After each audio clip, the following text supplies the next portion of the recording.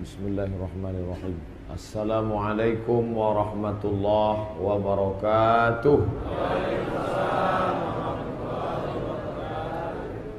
Alhamdulillahi rabbil alamin wa bihi nasta'inu ala umuri dunya waddin. Wassalatu wassalamu ala asyrafil khalqi ajma'in, sayyidina wa maulana Muhammadin wa ala alihi wa sahbihi wa man tabi'ahu ila yaumiddin.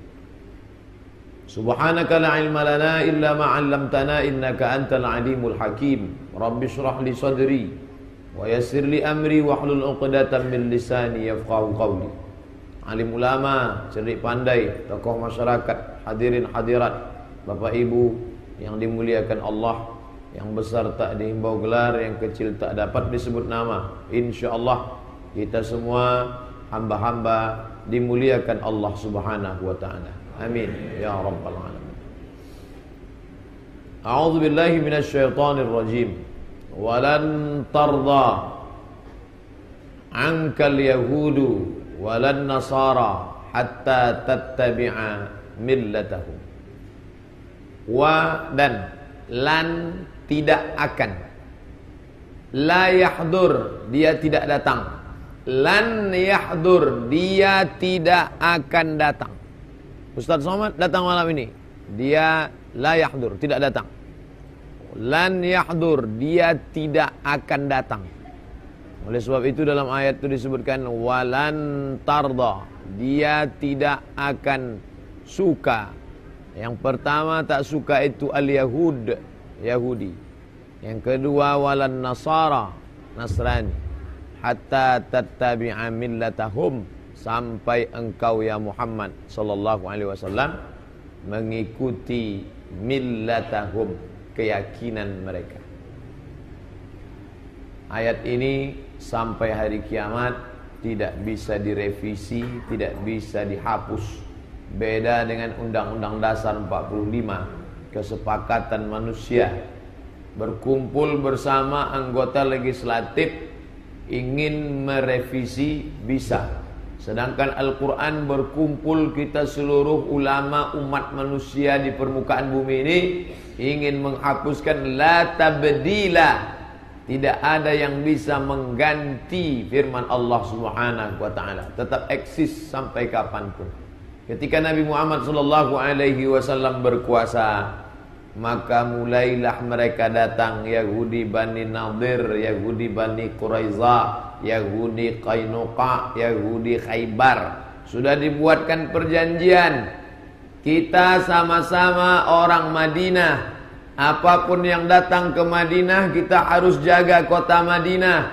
Itu yang dibuat dalam muahadah, bahasa Arabnya. Bahasa kitanya perjanjian, bahasa kerennya piagam Madinah. Buka kitab Ar-Rahiq Al-Maktum, sudah disarikan singkat, ringkas, padat oleh Syekh Safiur Rahman Al-Mubarakfuri. Kalau di dalam kitab Sirah Ibnu Ishaq jelimet, ribet, sulit, payah. Disederhanakan oleh Sirah Ibnu Hisham belakangan oleh Syekh Safiur Rahman Al-Mubarakfuri dalam Ar-Rahiq Al-Maktum. Poin-poin perjanjian kerjasama. Apa yang terjadi?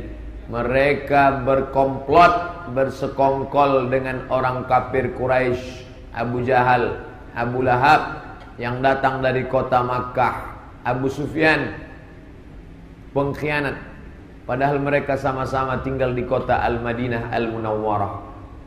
Bukti kebenaran firman Allah, walan tarda ankal yahudu walan nasara. Mereka tidak akan pernah puas, wahai Muhammad sallallahu alaihi wasallam. Sampai kapan? Hatta tattabi'a, sampai engkau ikut mereka. Betulkah umat ini akan mengikut mereka? Betul. La tattabi'unna sunanal ladzina min qablikum. Kalian akan mengikuti mereka. Mereka bersungguh-sungguh untuk mengajak, dan kalian yang lemah iman pun pasti akan mengikuti mereka. Shibran bi shibrin, sejengkal sejengkal, zira'an bi zira'in, sehasta demi sehasta. Pertama sedikit, sejengkal. Yang kedua sehasta. Hatta law dakhalu juhra dabbin, Sampai-sampai andai mereka masuk ke dalam lubang biawak, ladakhaltumuh, kalian pun akan ikut juga ke dalam. Dari cara makan, cara nikah, cara walimah, cara bicara, cara berpakaian, cara menyambut tamu, sampai cara minum, sampai semuanya kalian akan ikut mereka. Kalau kalian tak sadar, sedikit demi sedikit, sehasta demi sehasta, sampai masuk ke lubang biawak pun kalian akan ikut juga. Sampai akhirnya umat ini tidak bisa dikalahkan dengan pedang. Dengan pedang, dengan tombak, dengan panah, kita selalu menang. Muncul seorang raja bernama Louis XIX. Dalam buku literatur Arab disebut Al-Malik Louis Tasi Asar. Orang barat menyebutnya Louis, orang Perancis menyebutnya Louis. Hilang S-nya di ujung, terserahlah. Yang jelas itu Raja Louis XIX mengatakan umat Islam tak bisa kita kalahkan dengan pedang. Kenapa? Mereka jago pakai pedang. Dengan tombak tak bisa. Mereka menang. Maka kalau begitu dari mana? Kita kalahkan mereka dari dalam. Muncullah istilah baru yang disebut dengan Al-Ghazwul Fikri. Ghazwu perang, fikri pikir. Ghazwul Fikri perang urat saraf pemikiran. Mereka kalau tahu diperangi umat ini pakai meriam, pakai senapan, pakai bom atom, takkan bisa dikalahkan. Karena di dalam diri mereka itu ada sesuatu yang tak mungkin bisa hilang. Apa dia? Iman. Iman itu orangnya bisa dipenjara. Said Qutb namanya. Badannya bosek, disimpan dalam kerangkeng di bawah tanah. Siapa namanya? Haji Abdul Malik Karim Amrullah Hamka. Tapi pikiran tak bisa. Oleh sebab itu satu-satunya yang bisa mengalahkan mereka adalah dengan cara Al-Ghazwul Fikri. Ghazwu perang, fikri pemikiran. Orang barat menyebutnya brain wash. Wash cuci, brain otak, cuci otak. Apa alat-alat yang dipakai? Nanti kalau ada ustadz menyebut 10, ada ustadz menyebut 12, ada ustadz menyebut 7. Itu berbagai macam ijtihad. Saya memakai yang 5. Ada 5 cara yang mereka pakai untuk merusak pikiran umat Islam. Bagaimana caranya? Yang pertama, mereka rusak dengan cara al-istishraq. Al-istishraq diambil dari kata syarq.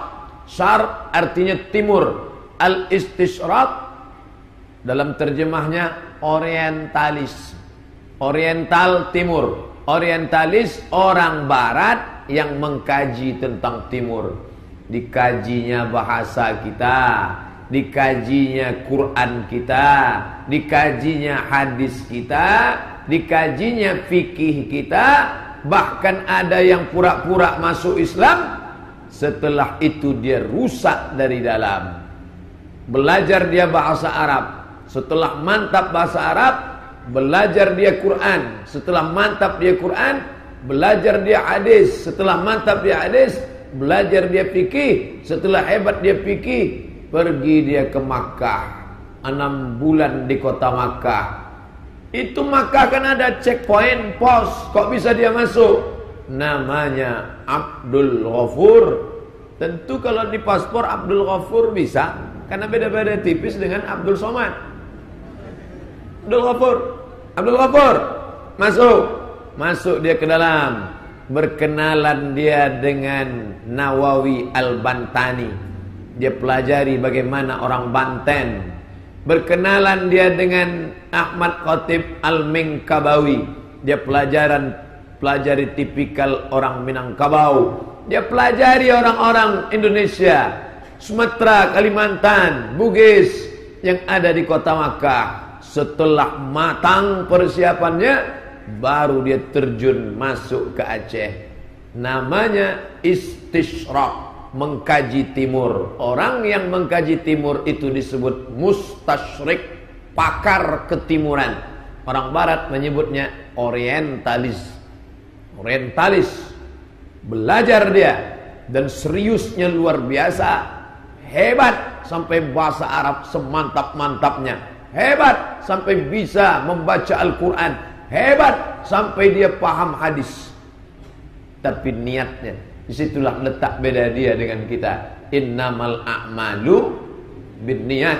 Makanya kalau ada anak orang Islam rajin baca buku, rajin ngapal Quran, rajin ngapal hadis, tapi tidak untuk diamalkan, hanya untuk mendebat ulama, hanya untuk membodoh-bodohi orang dungu, maka di akhirat dia satu sel dengan orientalis. Sampai ke Aceh, di laganya orang Aceh, Divide et Impera, di obok-oboknya Aceh, setelah berkelahi, bertengkar, berkonflik gara-gara khilafiyah, baru dia pulang ke Bandung, Jawa Barat. Setelah itu dia pun pulang ke Amsterdam, mati di Belanda. Tapi di batu nisannya tidak tertulis Abdul Ghafur. Dia tetap dengan nama aslinya, Snok Horgroni, mengkaji Islam. Jadi kalau ada orang mengatakan, siapa itu ulama? Ulama yang hebat bahasa Arab. Snok Horgroni pun hebat bahasa Arab. Siapa itu ulama yang hebat menafsirkan Al-Quran? Snok Horgroni pun hebat menafsirkan Al-Quran. Siapa itu ulama yang hebat paham hadis? Snok Horgroni pun banyak baca kitab hadis. Yang ngerti mazhab Hanafi, Maliki, Syafi'i, Hambali. Snok Horgroni pun hebat perbandingan fikih. Bagaimana dia bisa melaga orang dalam perbandingan mazhab kalau dia tak paham mazhab? Tapi ingat, Allah memberikan kriteria. Siapa itu ulama? Ulama, kata Allah dalam Al-Quran, a'udzubillahi minasyaitonirrajim, innama yakhshallaha, sesungguhnya yang takut kepada Allah, min ibadihil ulama, yang takut kepada Allah itu adalah ulama. Ustaz, siapa ulama itu Pak Ustaz? Anggota MUI kah? Orang NU kah? Orang Muhammadiyah kah? Hizbut Tahrir kah? Jamaah Tabligh kah? FPI kah? Ulama adalah yakhshallaha, orang yang takut kepada Allah Subhanahu wa taala. Itulah ulama. Kalau hari ini ada orang yang takut kepada Allah, itulah ulama yang mengamalkan ilmunya. Adapun yang ahli tafsir, profesor, doktor, hebat bahasa Arab, tak takut kepada Allah, menjual keyakinannya, tidak ada harga dia di hadapan Allah. Sama dia dengan Abdul Murtad Ghafur Snok Horgroni laknatullah alaih. Na'udzubillah. Mati Snok Horgroni, dilanjutkan oleh pelanjutnya. Siapa namanya? Aren Jan Wensing, disingkat dengan AJ Wensing. Aren Jan Wensing. Bapak kalau pergi ke perpustakaan Pasca, di situ ada buku panjangnya hampir semeter. Judulnya apa? Al-Mu'jam Al-Mufahras li Al-Fazil Hadis. Kamus Indeks Pencari Hadis dalam 9 kitab. Kalau kita mau cari ayat Quran, tak tahu letaknya di mana. Ustaz ceramah, setiap ceramah nyebut ayat, tapi tak tahu ayatnya di mana. Siapa ustaz yang sering ceramah nyebut ayat tapi tak nyebutkan suratnya? Ustaz Somad. Gimana cara nyarinya? Ada kamus indeks, namanya Fathur Rahman li Talibati Ayatil Quran. Apa misalnya kata ustaz itu tadi? Walan tardo, radiya yardo, cari huruf ra, radiya yardo. Oh, surat ini. Dikembangkan kamus itu selanjutnya oleh Syekh Muhammad Fuad Abdul Baqi. Nama kamusnya Al-Mu'jam Al-Mufahras li Al-Fazil Quran. Kamus pencari ayat Quran. Kalau mau nyari hadis di mana? Ini ada kamus panjang, Al-Mu'jam Al-Mufahras li Al-Fazil Hadis. Kamus pencari hadis dalam 9 kitab. Sahih Bukhari, Sahih Muslim, Sunan Abi Daud, Sunan Nasai, Sunan Tirmidzi, Sunan Ibn Majah, Musnad Ahmad bin Ambal, Muwatta Malik, Sunan Ad-Darimi. mencari kitab dalam mencari hadis dalam 9 kitab. Berapa hadis tuh Pak Ustaz? Sahih Bukhari saja 7.275 hadis.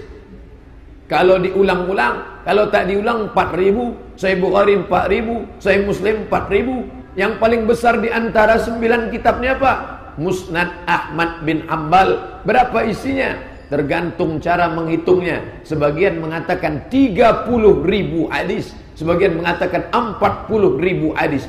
9 kitab ini sudah dikunyah habis oleh Aren Jan Wensing.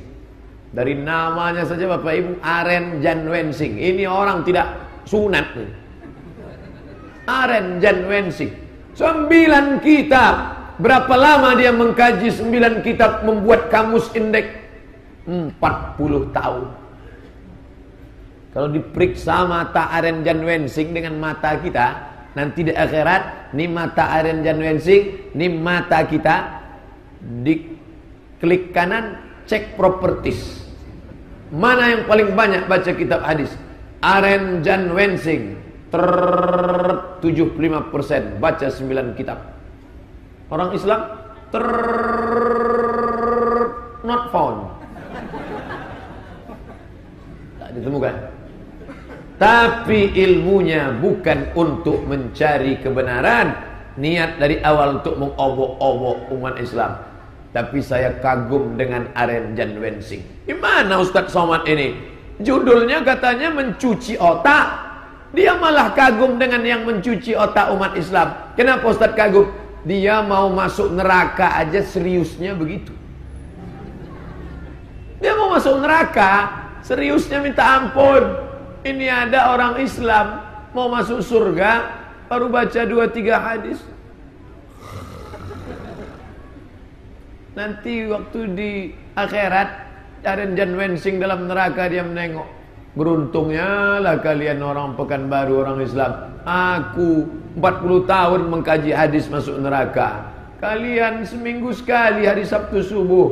Itu pun begitu selesaikan langsung turun, kan ada sarapan pagi dari Al-Azhar Sifabudi gitu. Bapak Ibu yang dimuliakan Allah Subhanahu wa taala, begitu seriusnya mereka mengkaji. Memang sebagian ada yang masuk Islam. Niat dia mau mencari kelemahan-kelemahan Quran.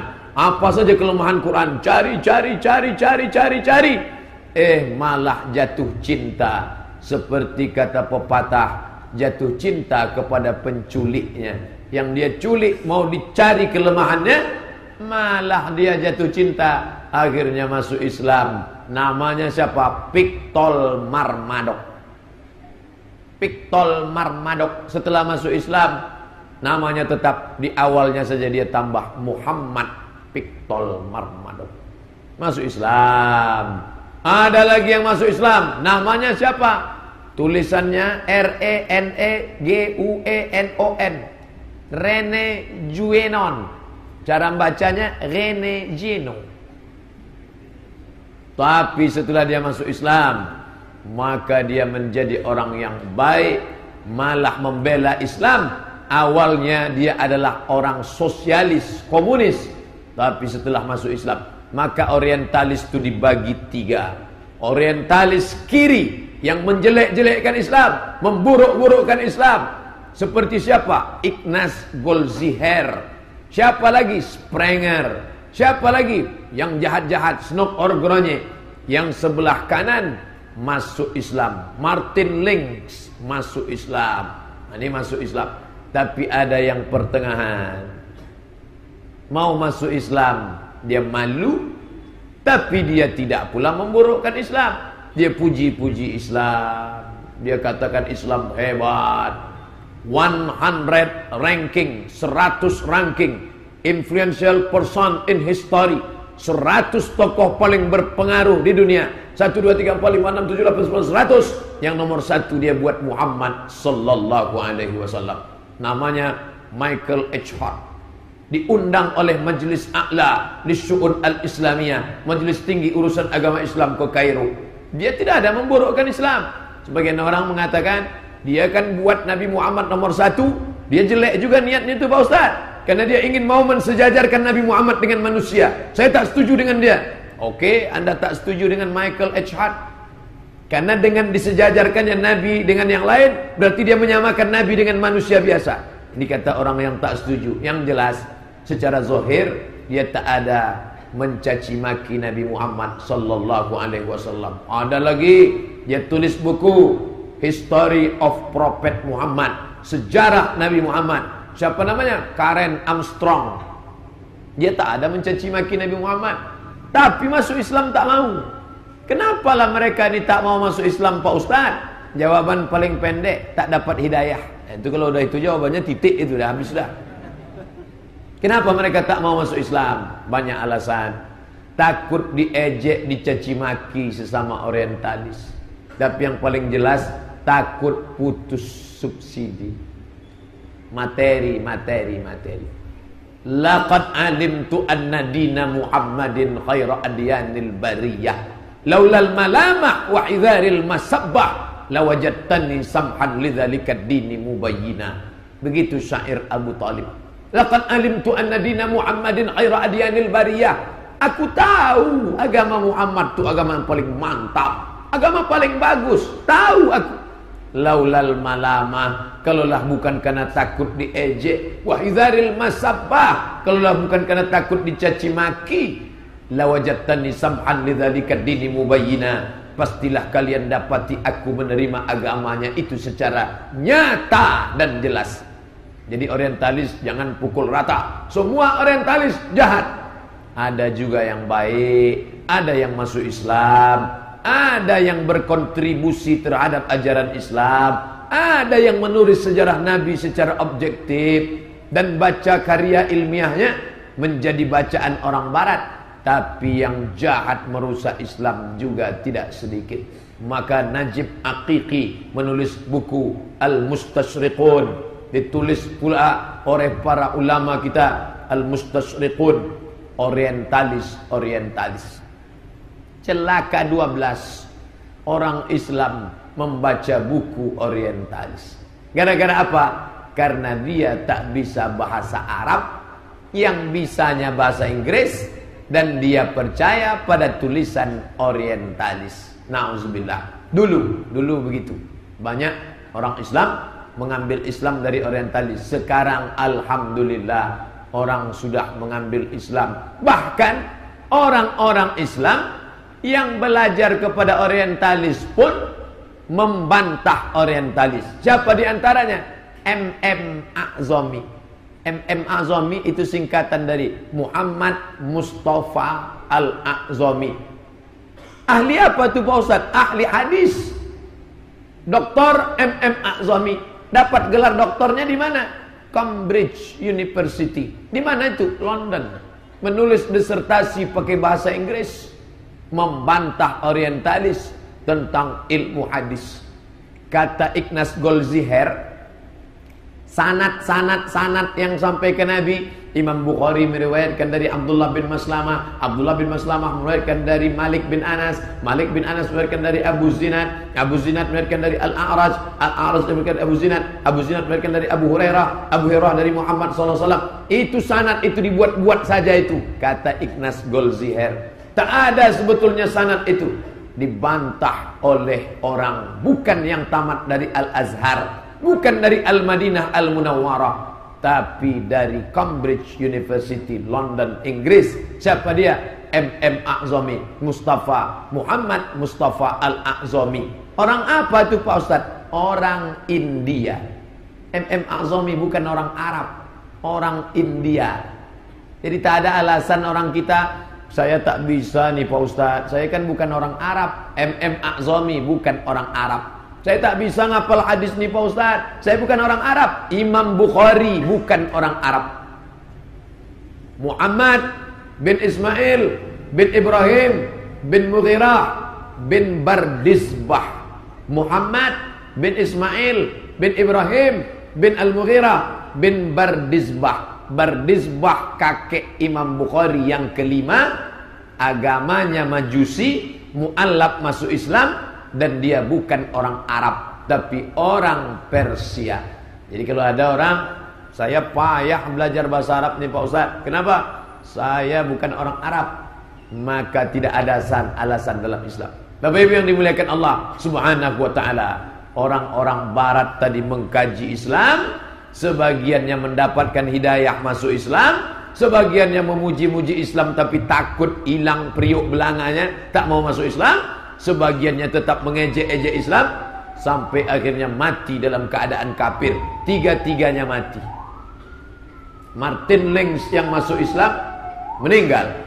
Snoop Horgoronye yang mengejek Islam mati. Yang membela-bela Islam meninggal. Yang tetap bangkit di padang mahsyar kekal abadi dalam surga hanya orang yang baik-baik saja. Yang kafir tetap kekal masuk neraka jahanam, khalidina fiha abada. Bapak Ibu yang dimuliakan Allah, rukun pertama ghazwul fikri, cuci otak, adalah dengan membuka besar-besaran orientalis. Inilah otaknya, inilah ide-idenya, inilah yang akan dijadikan sebagai pencuci otak. Jangan heran banyak sarjana-sarjana kita setelah belajar ke barat, belajar kepada orientalis, setelah pulang error, hang, mati. Orangnya tak mati, tulisannya berkembang, di koran banyak tulisannya, tapi imannya mati. Kenapa? Karena dirusak otaknya. Mungkin dia tetap hari raya dengan kita, bajunya tetap baju koko, tapi otaknya sudah menyalah. Kita bilang begini, dia bilang begitu. Akibat apa? Cuci otak. Saya takutlah Pak Ustadz menyekolahkan anak saya ke Amerika, ke Inggris. Jangan takut. Ulama-ulama Al-Azhar sekolah ke barat, tapi balik tidak rusak otaknya. Salah satu Grand Syekh Al-Azhar, namanya Syekh Abdul Halim Mahmud. Bapak Ibu kalau ingin lihat fotonya, tulis di Google Abdul Halim Mahmud. Pulang dapat gelar doktor. Dari mana? Sorbonne, Prancis, Paris. Tidak berubah imannya, tidak berubah keyakinannya. Rektor Al-Azhar tamat dari Inggris, dari Jerman. Siapa namanya? Syekh Muhammad Al-Bahi. Tidak berubah keyakinannya. Jadi yang berubah keyakinan itu siapa? Orang kita yang basicnya tak kuat, setelah sampai ke sana langsung tumbang. Kenapa? Pondasi dasar tak kuat. Anak saya ini Pak Ustadz sudah hafal Quran 30 juz, sudah hafal sekian hadis, mantap bahasa Arab, tahajudnya kuat, zikirnya banyak, riyadhahnya mantap. Silakan, kemanapun kau menuntut ilmu nak. Bukankah dalam hadis dikatakan utlubul ilma walau bisin, tuntutlah ilmu walau ke negeri Cina. Hadis dhaif, tapi boleh dipakai untuk motivasi. Tuntutlah ilmu walau ke negeri Cina. Dulu kata orang begitu, sekarang kita tak perlu ke negeri Cina, karena Cina itu sudah datang kemari. Nah, rukun yang pertama al-ghazwul fikri, cuci otak, adalah orientalis. Yang kedua, rukun yang kedua dari cuci otak ini adalah umat Islam dijauhkan dari kurikulum Islam.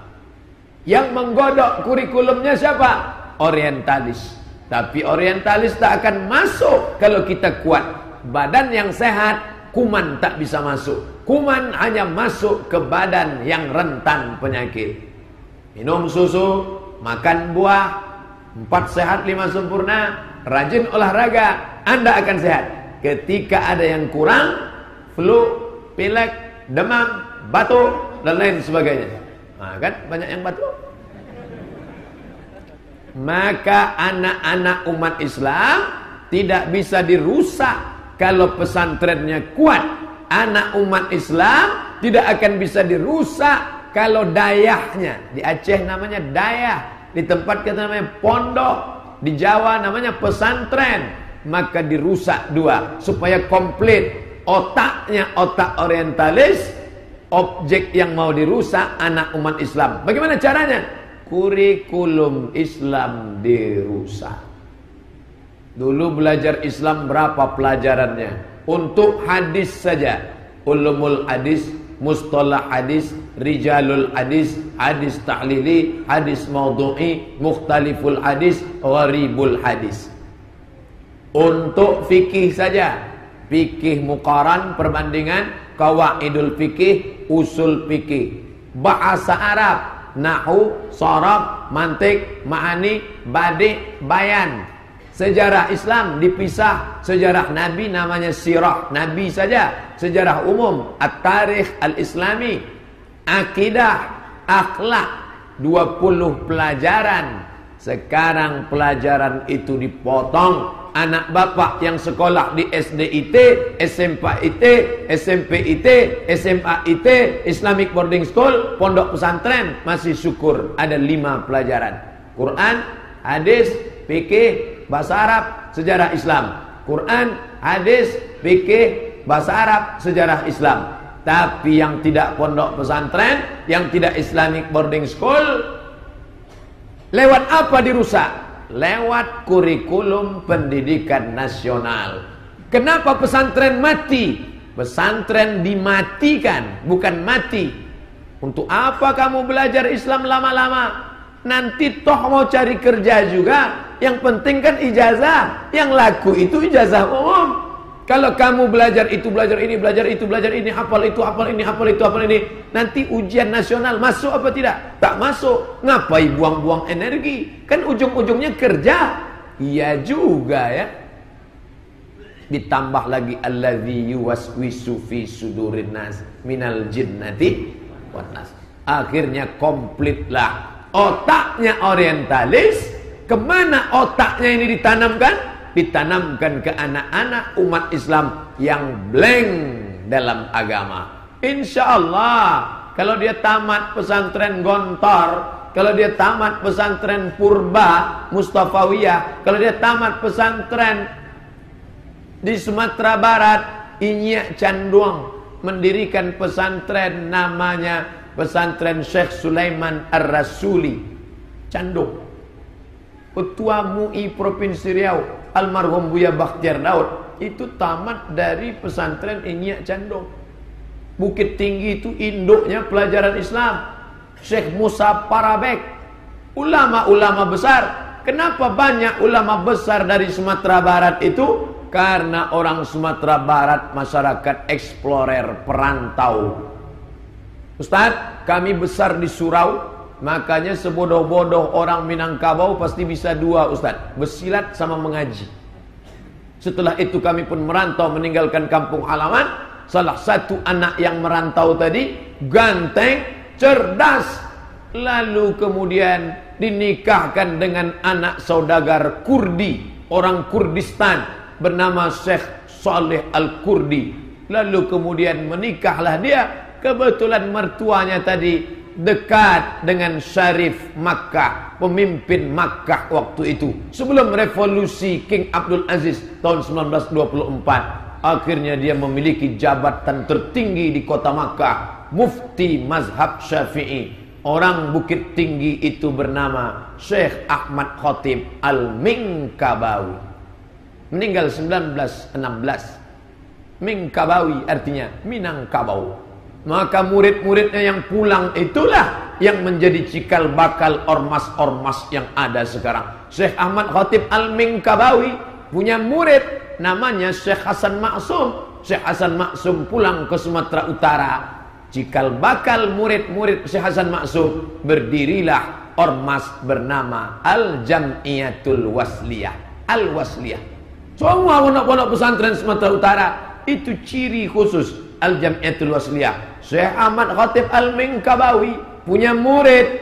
Muridnya itu pulang ke Jombang, namanya Kiai Haji Hasim Asy'ari, mendirikan ormas namanya Nahdlatul Ulama.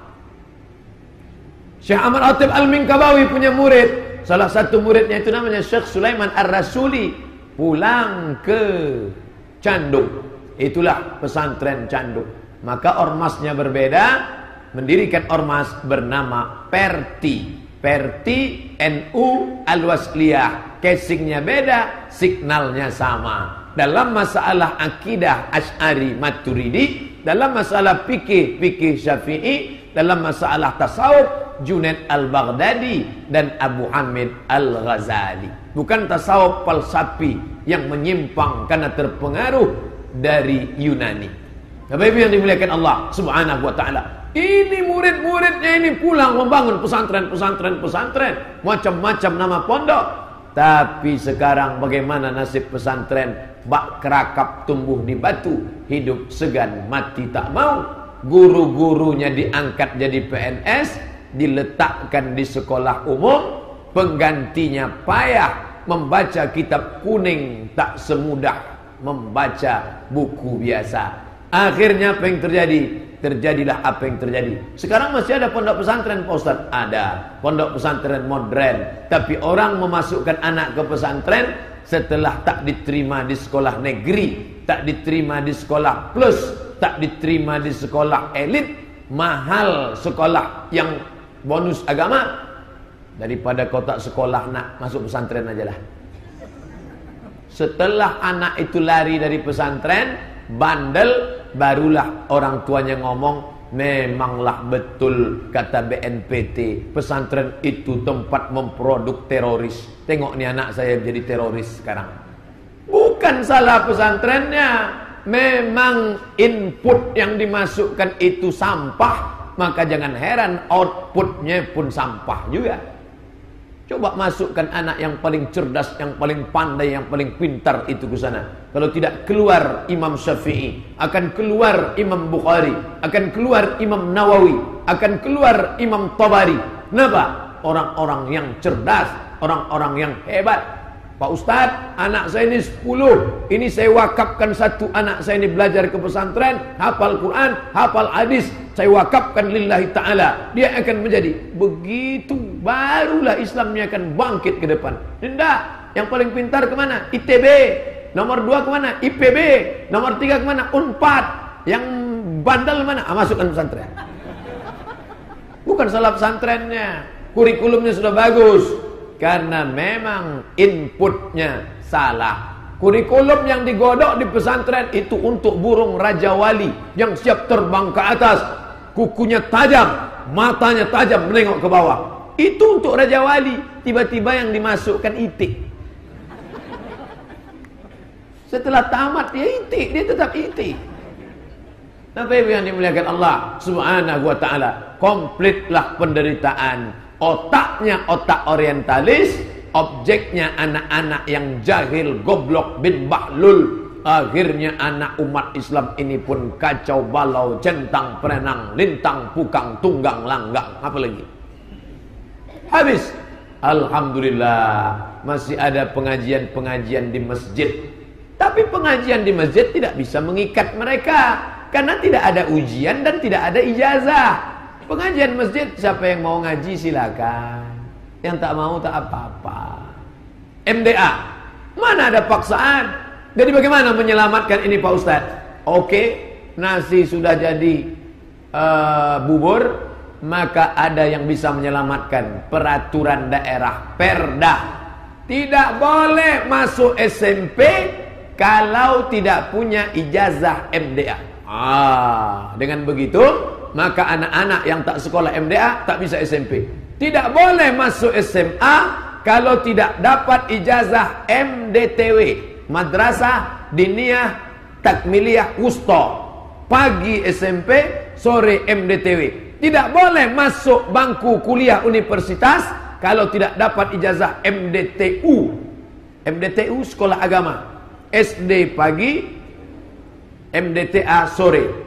SMP pagi, MDTW sore. SMA pagi, MDTU sore. Setelah itu barulah. Tapi yang jadi masalah, yang bisa menekan itu siapa? Perda, peraturan daerah. Yang buat perda itu siapa? DPR. Mau tak DPR buat perda begitu? Biasanya tak mau. Karena itu perda kering. Dia mau perda basah. Yang biasa itu apa? Perda masalah parit. Nah itu basah tuh. Oleh sebab itu, kalau mau memperbaiki anak umat Islam, caranya pilih anggota legislatif yang memperjuangkan umat Islam. Yang membuat dia menjadi mau memperjuangkan itu siapa? Kita. Kita yang mengikat dia. Masuk dia ke masjid kita, dibawanya karpet segulung sajadah. Bapak Ibu, ini saya bawakan DP, nanti coblos saya ya. Kalau saya menang, insya Allah nanti saya bawakan tambahannya. Tapi kalau saya kalah, yang ini saya jemput balik. Pak, kami tak perlu Bapak belikan karpet. Nih karpet kami cantik. Kalau gitu saya belikan kipas angin. Tak perlu, kipas kami banyak. Kalau gitu saya belikan keramik. Tak perlu, keramik kami memanjat ke dinding. Tengok banyak. Jadi kalian perlu apa? Sanggup tak Bapak kalau duduk nanti Bapak buatkan perda? Perda apa? Peraturan daerah pendidikan agama masuk ke sekolah umum. Dengan itu akan diangkatlah guru-guru agama. Digaji dari mana? Honda. Yamaha Pak Ustadz, honor daerah. Bisa. Karena 20% biaya pendidikan. Maka umat ini mesti dicerdaskan. Kalau Bapak mau memperjuangkan perda pendidikan ini, kami akan tanda tangan matre 6.000. Kami pilih Bapak. Betul kalian milih saya. Tidak ada dusta di antara kita. Begitu. Kapan ini? Nanti. Cuman kadang umat Islam ini kalau sudah kena serangan fajar lupa dia.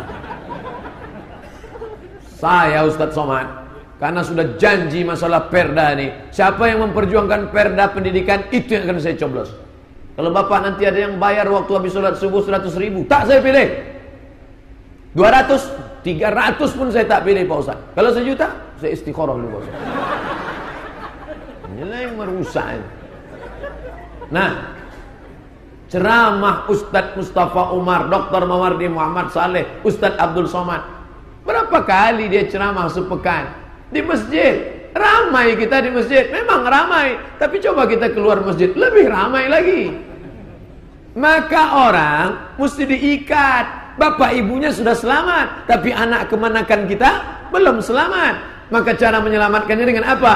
Dari bawah disadarkan dengan ceramah. Dari atas diikat dengan undang-undang perda. Kalau wali kota, bupati mau bersama, maka akan muncul namanya perbub. Perbub, peraturan bupati.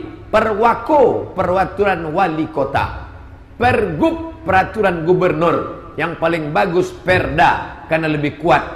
Anggotanya tak mau. Perbub, pergub, perwako. Yang membentuk itu siapa? Kita. Itulah gunanya berjamaah. Mereka akan pikir-pikir kalau sudah jamaah banyak. Apalagi zaman sekarang, mereka paling suka mencari jamaah banyak. Begitu nampaknya, ini nampak dapat 1 kursi ini. Itulah pentingnya berjamaah. Alaikum bil jamaah. Kita malam ini tidak membahas obat, yang kita bahas penyakit. Pertama, dirusak otak dengan orientalis. Kedua, anak-anak dilemahkan dengan diminimkan pendidikan agama. Yang ketiga, apa cara mereka? Mendirikan tempat-tempat ibadah. Binaul kanais, mendirikan tempat ibadah. Maroko, ibu kotanya, saya naik pesawat dari Jakarta terbang ke Qatar. Di Qatar transit 6 jam, dari Qatar ke Tobruk, Tripoli. Di Tripoli 1 jam, terbang sampai ke ibu kota Maroko, namanya Casablanca. Dari terminal airport Casablanca terus ke bawah, naik kereta api. Atas airport, bawah kereta api, langsung sampai ke Rabat. Sampai di Rabat saya tengok gereja besar, sebesar-besar. Padahal orang Maroko tak ada Kristen. Saya tanya orang Maroko, ini besar betul. Tapi hari Ahad, hari Minggu, hari Ahad kosong, tak ada. Saya tanya, ini yang bangun siapa? Perancis. Kenapa mereka bangun?